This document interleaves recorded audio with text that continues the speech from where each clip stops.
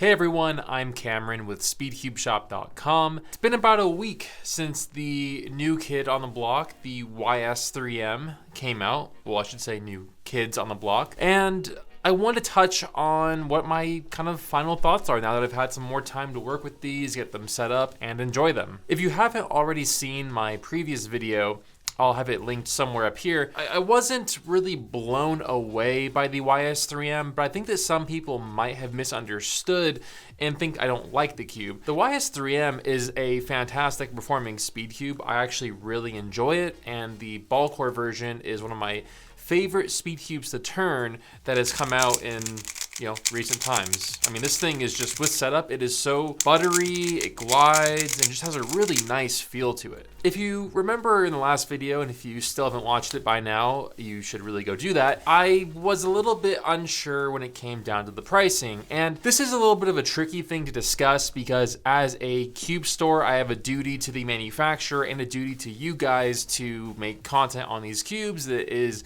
fair, accurate, and my whole goal is not just to prop up a cube and say go buy it, even though that would directly benefit me and my staff. I take pride in giving you guys honest feedback, and to kind of shed some light on why I wasn't exactly blown away by the YS3M, that's because the original pricing that I was given to sell the cube for was $19.38 for the standard, $33.23 for the maglev, and $47.08 for the ball core. Now these prices came from a few different sources, and they were all exactly the same down to the penny. MoYu is clearly not enforcing this price, which is great because I think that the price that they're listed at currently, which is $26.95, $19.95, and $14.95, is very reasonable for the level of performance that you get. But when we're talking about a $47 cube, that kind of puts into a little bit of a different category. So now that we're kind of past that, I feel like I can kind of give more of my thoughts on these. So one thing I touched on in the last video is that these reminded me of the RS3M 2020, which is something that I still do stand by. Out of the box, these feel completely different than they do when they're set up. That's sort of redundant, but at the same time it isn't. So the ball core felt like a faster RS3M 2020, meaning the sound, the feel, the kind of clackiness, and now it's like a completely different cube.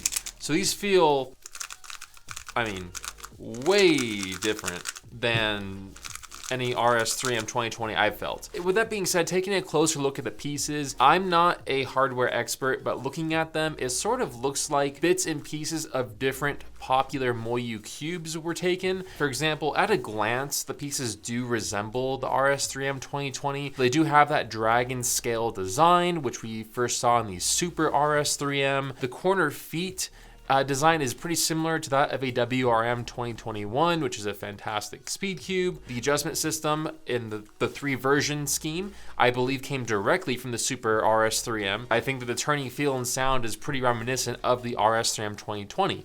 Now, to be clear, is that a bad thing? No. And in my personal belief, I feel like speed cubes have evolved so much in the last few years. I'm frankly surprised that they continue to find new things to do and somehow continue to improve these things that we all love to solve so much. So in a nutshell, is it bad that it's sort of a copy and paste in some ways?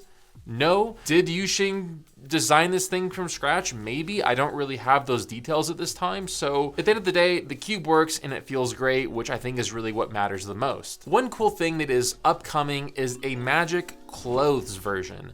So this is sort of supposed to be like MoYu's answer to GAN's popular UV coating. So based on the promotional material that we've been provided, it looks like it's going to be a high gloss coating with extra grip and likely be scratch resistant. We do currently offer these in our own in-house PVC coating, which is a similar idea of high gloss, high grip, and we do have the option for exo shield overlays, which make it pretty much impossible to damage the exterior of the puzzle. That's been a super popular option on these, and it looks absolutely great in that high gloss finish. So for those of you who aren't familiar with the features and specs of this YS3M, I'm gonna run through that really quickly. If you already saw that, feel free to skip ahead a few seconds. These come with a same dual adjustment core with the 9 settings that we've seen in all recent MoYu releases, which is great. It's easy to use and very effective. They come in a frosted stickerless plastic. They come in at 55 millimeters in size. They weigh 76 grams for standard, 80 grams for maglev, and 83 grams for the ball core. The ball core version has these really cool sort of teal internal color plastic and has an auto alignment feature that can, it says up to 25 degrees, it'll like complete the turn. For some reason with lubricant, it's not really doing it as much. I don't know, when the cube is new out of the box, you can sort of feel and see it